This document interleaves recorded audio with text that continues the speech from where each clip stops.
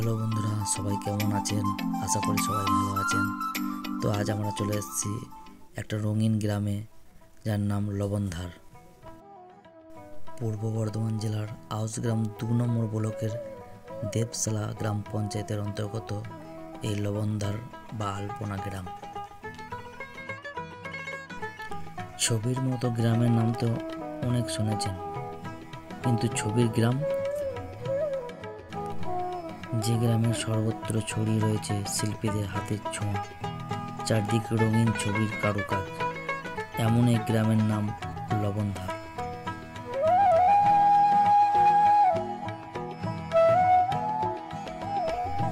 দেওয়াল ভরা ছবি যেন কথা বলে আউস গ্রামের লবণধার গ্রাম। আমরা এই মুহূর্তে আছি লবণধার প্রাথমিক বিদ্যালয়ের কাছে। এই দিকটা এখন আমরা ঘুরে দেখছি। বিভিন্ন দেয়ালে বিভিন্ন রকম ছবি, কোথাও আছে জঙ্গল বাঁচানো সচেতন বার্তা, কোথাও শিশু সুরক্ষা, কোথাও রাবণ মহাভারতের পৌরাণিক কাহিনী, এবং রূপকথার নানান ছবি আঁকা আছে দেওয়ালে দেওয়ালে।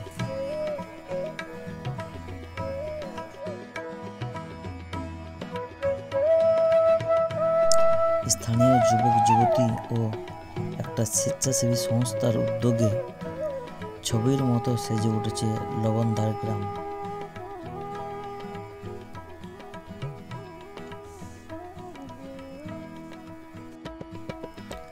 গোটা গ্রামের বিভিন্ন দেয়াল জুড়ে পৌরাণিক কাহিনীর চালচিত্র।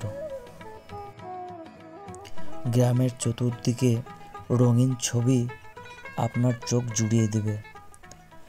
দূষণহীন বাতাসে আপনি উপভোগ করতে পারবেন সুসজ্জিত একটি গ্রাম্য পরিবেশ।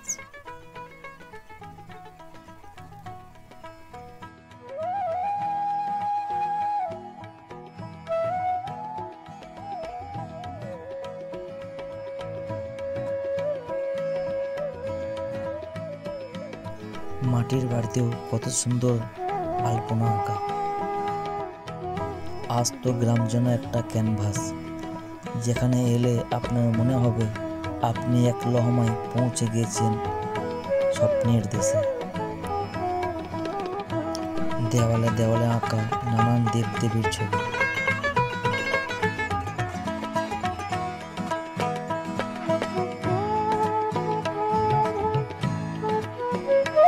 এখানে খুঁজে পাবেন রামায়ণের রাম লক্ষ্মণের শিল্পকর্ম।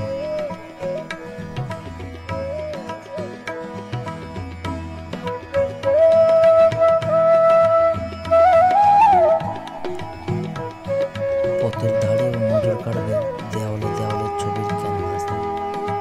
সেই সব বুকে করে এখন লবণধারা হয়ে উঠেছে আকর্ষণের নতুন কেন্দ্রবিন্দু। দূর দূরান্ত থেকে মানুষ আসছেন এই আদিবাসী গ্রাম দেখতে।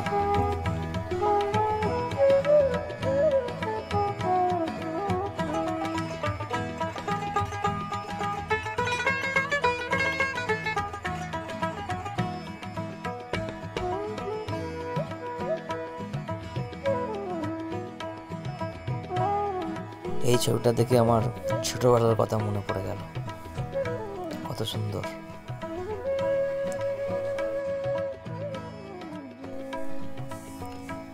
যুগ যুগ ধরে আদিবাসী মেয়েদের মধ্যে রয়ে গেছে ঘর গৃহস্থালী সাজিয়ে তোলার একটা পরম্পরা। লবণধার যেন সেই পরম্পরাকেই নতুন করে চিনিয়ে দেয়।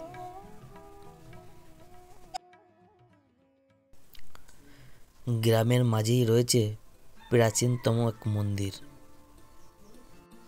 এই সামনেরটা ধর্মরাজ মন্দির, আর ওটা শিব মন্দির।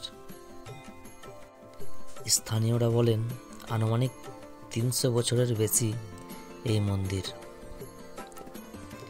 এই প্রাচীনতম মন্দির গ্রামকে আরো আকর্ষণীয় করে তুলেছে।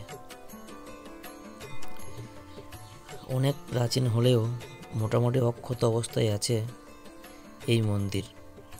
নিয়মিত হয় পূজা পাঠও।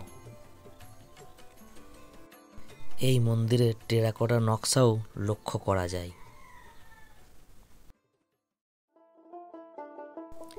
আমরা এখন আসছি এই গ্রামের আরেকটি মন্দির, অন্নপূর্ণা মন্দিরে। এই মন্দিরেও চারিদিকে রঙিন ছবি ভরা, খুবই সুন্দর লাগছে এই মন্দির প্রাঙ্গণে এসে। তো আমরা কথা বলে নেবো এখানে এক দাদুর সাথে। আমার ভাইপো সে বোলপুরে থাকে, আচ্ছা, মানকর স্কুলে কলেজে পাঠান করে, ওই সব উদ্যোক্তা হয়ে বাড়িতে শিবরি নিয়ে এসে অনুষ্ঠান হয়। আচ্ছা, লোকজন খাওয়া দাওয়া হয়, সেবা হয় এই পুজোর সময়। ওই জন্য আমি খাতাতে এন্ট্রি করিনি। এটা হচ্ছে অন্নপূর্ণা মন্দির।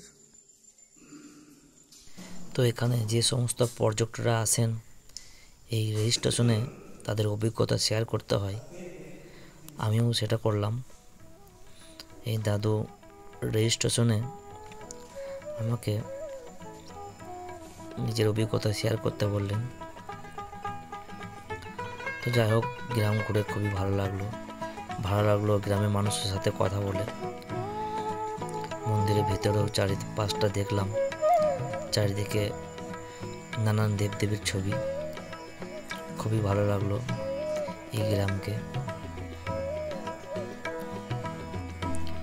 যারা বর্ধমান বা দুর্গাপুর থেকে আসবেন তারা মানকর স্টেশনে নেমে সোজা টোটো করে বা গাড়ি করে লবণধার গুগল ম্যাপ করে নেবেন। বেশি দূর রাস্তা নয়, মাত্র 11 কিলোমিটার রাস্তাঘাটও খুব ভালো, জঙ্গলের রাস্তা পেরিয়ে খুবই ভালো লাগবে। ধন্যবাদ সবাইকে।